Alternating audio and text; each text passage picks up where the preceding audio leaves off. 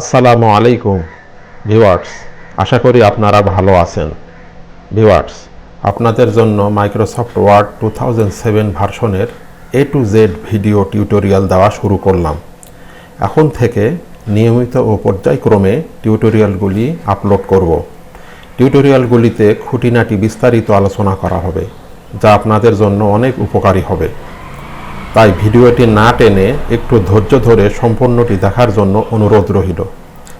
আজকে এমএস ওয়ার্ডের first part basic আলোচনা করব। চলুন কথা না বাড়িয়ে শুরু করা যাক।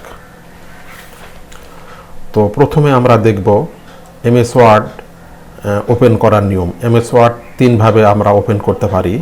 প্রথমে আমরা স্টার্ট বাটনে ক্লিক করে all programs click, Microsoft office, তারপরে হচ্ছে নিচে এসে আমরা মাইক্রোসফট অফিস ওয়ার্ড 2007-এ ক্লিক, তাহলে এটি ওপেন হয়ে যাবে। এরপর আমরা উপরে ডান কর্নারে ক্লোজে ক্লিক করে এটা ক্লোজ করলাম। এটা একটা পদ্ধতি দেখলাম। দ্বিতীয় পদ্ধতি হলো স্টার্ট বাটনে ক্লিক করে সার্চে যদি আমরা লিখি word WORD, Microsoft Office Word 2007, আমরা 7-এ ক্লিক করলে এটা ওপেন হবে। আবার যদি আমরা উপরে ক্লোজ বাটনে ক্লিক করে এটা ক্লোজ করে দিলাম। তৃতীয় পদ্ধতি হলো ডেস্কটপের ফাঁকা জায়গায় মাউসের ডান বাটনে ক্লিক করে new click, Microsoft Office Word document click, তাহলে এটি ওপেন হবে। এখন আমরা যদি এই ফাইলের উপরে মাউসের বাম বাটনে ডাবল ক্লিক করি, তাহলে এটা ওপেন হবে। ওপেন হলে আমরা মাইক্রোসফট ওয়ার্ডের একটা ব্ল্যাঙ্ক পেজ দেখতে পাবো। এবং টাইটেল বারে যেহেতু এই ফাইলের কোনো নাম দেওয়া হয়নি, এখানে একটা নাম তারা দিয়েছে, new Microsoft Office Word document. আচ্ছা, এখন যদি আমরা এটাতে একটা নাম দেই, তাহলে এটা ক্লোজ করে দিয়ে এটা আমরা সিলেক্ট করলাম, ফাইলটা সিলেক্ট করে ডান বাটনে ক্লিক করে রিনেম ক্লিক করে ফাইলের একটা নাম দিলাম, যেমন ফাইল FILE ফাইল 1 নাম দিলাম। আবার এখানে ডাবল ক্লিক করে ভিতরে ঢুকে আমরা ফাইলের নাম আমরা দেখতে পাচ্ছি ফাইল 1। এখন এই ফাইল সম্পর্কে একটু কথা বলি। আমাদের এই যে মাইক্রোসফট ওয়ার্ড উইন্ডো যেটা ওপেন হয়েছে, সবার উপরে যেটা লেখাটা দেখতে পাচ্ছি এটাকে বলা হয় টাইটেল বার। টাইটেল বারের সর্বডানে কর্নারে লেখা যেটা ক্লোজ, এখানে ক্লিক করলে ক্লোজ হয়ে যাবে। তার পাশের যে বাটন লেখা আছে রিস্টোর ডাউন, এখানে যদি আমরা ক্লিক করি তাহলে এটা রিস্টোর ডাউন হবে। এটাকে আমরা ছোট করে একাধিক ফাইল অনুরূপভাবে নিয়ে আমরা কাজ করতে পারি। আবার না চাইলে আমরা এখানে আবার রিস্টোর ডাউনে ক্লিক করে স্বাভাবিক করে নিলাম। তার পাশের বাটনের নাম হলো মিনিমাইজ বাটনে ক্লিক করলে এটা নিচে মিনিমাইজ হয়ে যাবে। এইভাবে আমরা একাধিক ফাইলকে আমরা মিনিমাইজ করে রেখে কাজ করতে পারি। আচ্ছা, এরপরে টাইটেল বারের একদম বামে উপরে কর্নারে যে বাটন, এটাকে বলা হয় অফিস বাটন। অফিস বাটনে ক্লিক করলে আমরা বেশ কয়েকটি অপশান দেখতে পাচ্ছি। প্রথমে লেখা আছে নিউ। যদি আমরা এই নিউতে ক্লিক করি, অর্থাৎ তার আগের যে ফাইল, সে ফাইলে কিছু একটা লিখে রাখি, লিখে আমরা সেভ করে দিলাম। আচ্ছা, এখন আমরা অফিস বাটনে ঢুকলাম। অফিস বাটনে ঢুকে নিউতে ক্লিক করলে ব্ল্যাঙ্ক ডকুমেন্ট আসলো, এখানে সিলেক্ট করে ক্রিয়েট, তাহলে নতুন একটা ব্ল্যাঙ্ক ডকুমেন্ট আসলো। এখানে লিখলাম, অন্য কিছু লিখলাম, লিখে সেভ দিলাম। সেভ দিয়ে ফাইলটা কোথায় সেভ করতেছি? ডেস্কটপে। আমরা ডেস্কটপকে এখান থেকে দেখাই দিলাম। বা আমরা ইচ্ছা করলে এই ফাইলকে অন্য ড্রাইভেও রাখতে পারি, যেমন ডি ড্রাইভ, ই ড্রাইভ, এফ ড্রাইভ। কিন্তু কখনোই আমরা সি ড্রাইভে রাখবো না, কারণ সি ড্রাইভে রাখলে আমাদের প্রয়োজনে বা কোনো কারণে উইন্ডোজ পড়ে গেলে কিন্তু সি ড্রাইভে রাখা সব তথ্য আমরা আর পাবো না। এই কারণে সি ড্রাইভে রাখা যাবে না। আমরা সি ড্রাইভ ছাড়া অন্য যে কোনো ড্রাইভে রাখতে পারি। তো যাক, আমরা ফাইল নাম এটাই থাকলো, সেভ দিলাম, ডেস্কটপে সেভ হয়ে গেল। এখন আমরা দেখি ডেস্কটপে সেভ হয়েছে কিনা। দেখেন, আমরা নিউ ডকুমেন্ট হিসাবে এটা পেয়েছি এবং প্রথমে একটা ফাইল পেয়েছি। তো আমরা ফাইলে ঢুকলাম, ঢুকে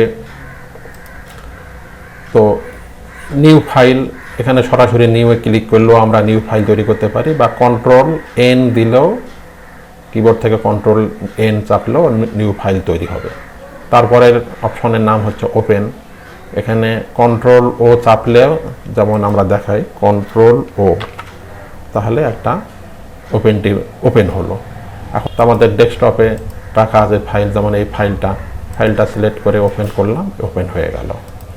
তো অফিস বাটনে ঢুকে সেভ, এখানে একটা সেভ বাটন আছে। তো আমরা যে লেখাটা লিখলাম এটা সেভ করার নিয়ম হচ্ছে কার্সর ডানে রেখে যদি আমরা বাম দিকে এভাবে মাউসের বাম বাটন চেপে ধরি তাহলে এটা সিলেক্ট হয়ে যাবে। আবার লেখার প্রথমে কার্সর রেখে বাম থেকে ডানে টেনে নিলেও এটা সিলেক্ট হয়ে যাবে। আবার লেখার মাঝে কার্সর রেখে যদি ডাবল ক্লিক করি তাহলেও সিলেক্ট হয়ে যাবে। তো সিলেক্ট অবস্থায় যদি আমরা এখানে ডান বাটনে ক্লিক করে যদি আমরা এখানে সিলেক্ট অবস্থায় আমরা উপরে এখানে সেভে ক্লিক করলেও সেভ হবে, আবার এখান থেকে এই সেভে ক্লিক করলেও সেভ হবে। কিবোর্ড থেকে কন্ট্রোল এস চাপলেও এটা সেভ হয়ে যাবে। তো আমরা সেভের কাজ দেখলাম। এটা হচ্ছে আমরা কম্পিউটারে ডকুমেন্টে যখন কোনো লেখা লিখব কিছুক্ষণ পরপর লেখার শেষ হলে কিছুক্ষণ পরপর এটা কন্ট্রোল এস দিয়ে আমরা সেভ দিয়ে দেবো বা এখানে ক্লিক করে সেভ দিব, তাহলে আমাদের লেখাটি আর হারাবে না। যদি বিদ্যুৎ চলে যায় বা কম্পিউটার বন্ধ হয়ে যায় তাহলেও কম্পিউটার অন করার পর এই লেখাটি আমরা পেয়ে যাব। আর সেভ আসের কাজ হচ্ছে আমরা যে লেখাটা লিখলাম এই লেখাটা আমরা কোথায় সেভ করব। তো সেটার জন্যে আমরা অফিস বাটনে ক্লিক করে সেভ আস ক্লিক করে ফাইলের একটা নাম দিলাম, মনে করেন নিউ নিউ ওয়ান একটা ফাইলের নাম দিলাম। সেভ আস টাইপ এটাই থাকলো। কোথায় সেভ করব, আমরা ডেস্কটপে রাখবো না ড্রাইভে রাখবো এখানে সিলেক্ট করে দিতে হবে। তো আমরা কাজ দেখানোর স্বার্থে এটা আমরা ডেস্কটপেই রাখলাম, যে ডেস্কটপ দেখাচ্ছে ডেস্কটপে রেখে সেভ দিলাম, তাহলে এটা আমাদের সেভ হয়ে গেল। এই যে আমরা দেখতে পাচ্ছি ডেস্কটপে এই যে নিউ ওয়ান হিসেবে একটা ফাইল সেভ হয়েছে। আচ্ছা, তারপরের কাজটা হচ্ছে প্রিন্টের কাজটা আমরা দেখব। যদি যেমন আমার কম্পিউটারে ইপসন প্রিন্টার, কানন প্রিন্টার এটা ইনস্টল করে সেটআপ দেওয়া আছে, যার জন্য আমি এখান থেকে আপনাদেরকে দেখাতে পারবো। যদি আপনাদের কম্পিউটারে সেটআপ করা থাকে তাহলে আপনারা প্রিন্ট করতে পারবেন, আর সেটআপ করা না থাকলে অবশ্যই ইনস্টল করে সেটআপ করে নেবেন। তো আমাদের এই ডকুমেন্ট আমরা প্রিন্ট করব। প্রিন্ট করার নিয়ম হচ্ছে অফিস বাটনে ক্লিক করে প্রিন্টে ক্লিক করে এই যে এখানে এই প্রিন্টে ক্লিক করলে আমাদের প্রিন্টার যদি অন অবস্থায় থাকে তাহলে এটা শো করবে। তখন আমরা এখান থেকে কোন প্রিন্টারে প্রিন্ট করব, যেমন আমি এখন কাননটা আমি সিলেক্ট করে দিলাম। কাননটা সিলেক্ট করার পরে এখানে একটা পেজ আছে, জাস্ট এখানে কারেন্ট পেজে ক্লিক করে ওকে করলে এই যে আমাদের এই প্রিন্টারের চলে আসছে। এখানে স্টার্ট বাটনে স্টার্ট প্রিন্টিংয়ে ক্লিক করলে এখন প্রিন্ট হয়ে কাগজটি বের হয়ে আসবে। তা আমাদের দরকার নাই, আমরা এটি ক্যান্সেল করে কেটে দেখিয়ে দিলাম। তারপরের যে অপশনগুলি রয়েছে যেমন প্রিপেয়ার, সেন্ড, পাবলিশ, ক্লোজ, তো এই অপশনগুলি মূলত অ্যাডভান্স লেভেলের কাজ। আমি বেসিক আলোচনা শেষ করে পরবর্তীতে যখন অ্যাডভান্স লেভেলের আলোচনা করব, টিউটোরিয়াল করব, তখন সেখানে আপনাদেরকে এটি দেখিয়ে দেব। এখন এই মুহূর্তে আমাদের প্রয়োজন নেই। তো এরপর আমরা দেখব এই যে টাইটেল বারের অফিস বাটনের পাশে একটি বাটন, সেটাকে বলা হয় সেভ বাটন। সেভের পাশে আরেকটি অপশান বাটন রয়েছে, এটাকে বলা হয় আনডু, এটাকে বলা হয় রিডু। আমরা এই তিনটা কাজ আবার এখন দেখব। তো আমরা এই লেখাটিকে এখানে একটা লেখা আমরা লিখি, যেমন বাংলাদেশ,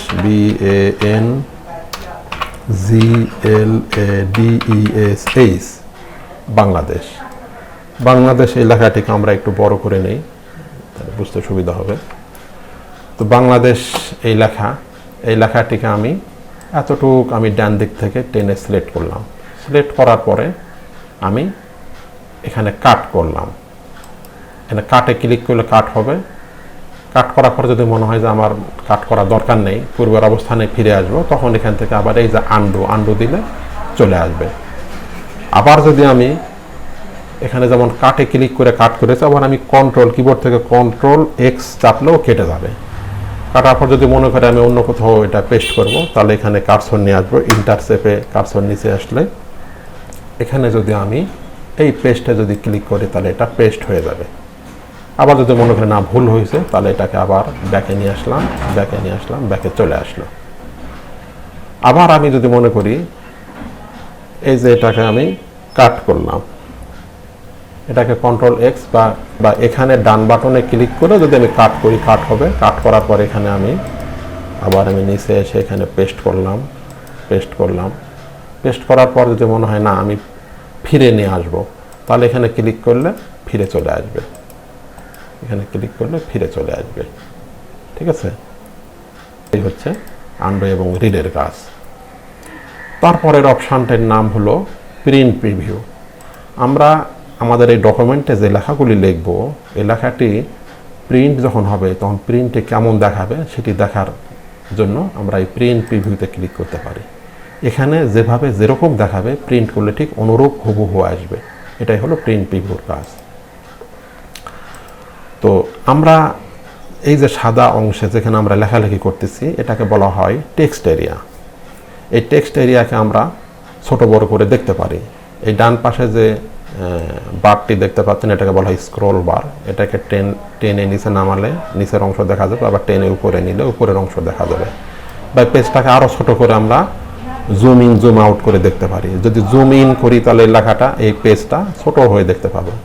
আর যদি আমরা বড় করি, এটাকে টেনে বড় করি, তাহলে অনেক বড় আমরা দেখতে পারবো। জুম ইন এবং জুম আউট এটা। ঠিক আছে, তারপর একদম শেষে মানে নিচের দিকে লেখা আছে পেজ 1 পেজ 2। আমাদের এই ফাইলে একটা পেজ আছে, যার জন্য এখানে দেখাচ্ছে পেজ 1। যদি আমরা ইন্টার দিয়ে নিচে এসে আর একটা পেজে কিছু লিখি, তাহলে এখানে দুইটা পেজ দেখাচ্ছে, পেজ 2 অফ 2। এটাই হলো এই পেজের অবস্থান দেখা। তো এরপর আমরা দেখব, আমরা এটাকে কেটে দিই, এটাকে সিলেক্ট করে ডিলিট দিলাম, ডিলিট দিলেও কেটে যাবে। একটু বড় করে নিই। তো আমরা এখন দেখব এই যে টাইটেল বারের নিচে হচ্ছে যে লেখাগুলি দেখা যাচ্ছে, এটাকে বলা হয় মেনু বার। এখানে আছে home menu, insert menu, page layout, reference, mailing, review, view, add ins. এগুলো আমরা সবগুলি পর্যায়ক্রমে দেখব। তো আজকে দেখব হোম মেনুর আন্ডারে রয়েছে ক্লিপবোর্ড গ্রুপের কাজ, ফন্ট গ্রুপের কাজ, প্যারাগ্রাফ গ্রুপের কাজ, স্টাইলিশ গ্রুপের কাজ, এডিটিং গ্রুপের কাজ।